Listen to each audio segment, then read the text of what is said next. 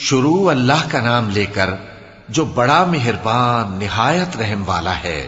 تارے کی قسم جب غائب ہونے لگے کہ تمہارے رفیق یعنی ہمارے نبی نہ رستہ بھولے ہیں نہ بھٹکے ہیں اور نہ یہ خواہش نفس سے کچھ بولتے ہیں۔ یہ قرآن تو ایک وحی ہے جو ان کی طرف بھیجی جاتی ہے، ان کو نہایت قوت والے نے سکھایا یعنی جبرائیل نے جو طاقتور ہیں۔ پھر وہ پوری طرح بیٹھے جبکہ وہ آسمان کے اونچے کنارے پر تھے، پھر وہ قریب ہوئے، پھر مزید نیچے آ گئے تو وہ 2 کمان کے فاصلے پر ہو گئے یا اس سے بھی کم۔ پھر اللہ نے اپنے بندے کی طرف جو حکم بھیجا سو بھیجا۔ جو کچھ انہوں نے دیکھا ان کے دل نے اس کو جھوٹ نہ جانا۔ کیا جو کچھ وہ دیکھتے ہیں تم اس میں ان سے جھگڑتے ہو؟ اور انہوں نے اس کو یعنی جبرائیل کو ایک اور بار بھی اترتے دیکھا ہے سدرۃ المنتہا کے پاس۔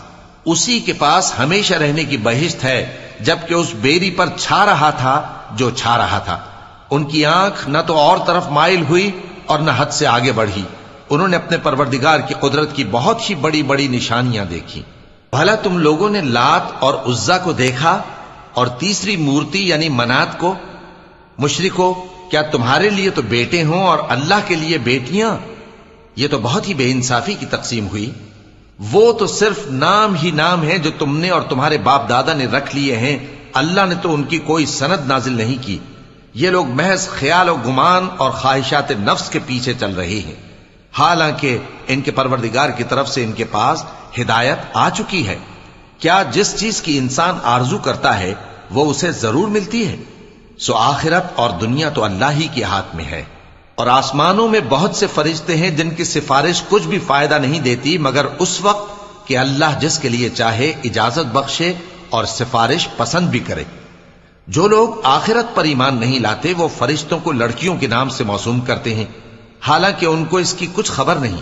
وہ صرف خیال و گمان پر چلتے ہیں، جبکہ خیال و گمان حق کے مقابلے میں کچھ کام نہیں آتا۔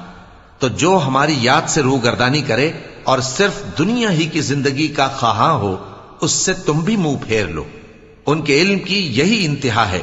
تمہارا پروردگار اس کو بھی خوب جانتا ہے جو اس کے رستے سے بھٹک گیا، اور اس سے بھی خوب واقف ہے جو رستے پر چلا۔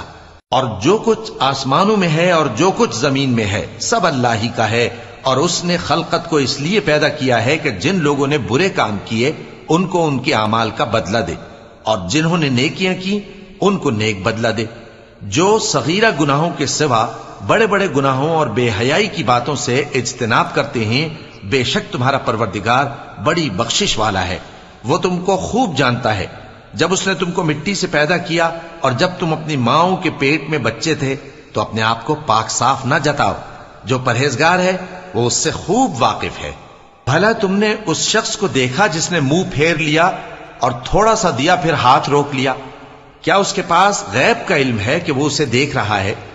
کیا جو باتیں موسیٰ کے صحیفوں میں ہیں ان کی اس کو خبر نہیں پہنچی؟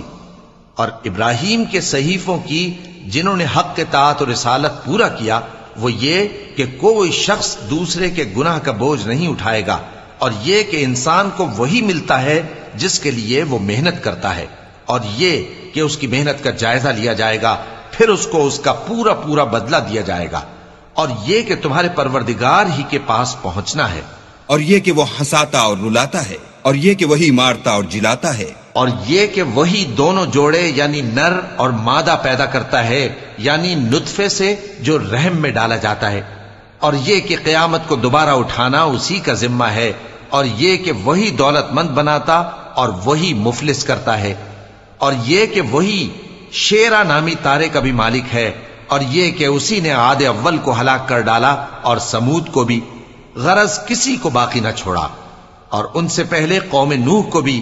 کچھ شک نہیں کہ وہ لوگ بڑے ہی ظالم اور بڑے ہی سرکش تھے، اور اسی نے الٹی ہوئی بستیوں کو دے پٹکا، پھر ان پر جو چیز چھا گئی سو چھا گئی۔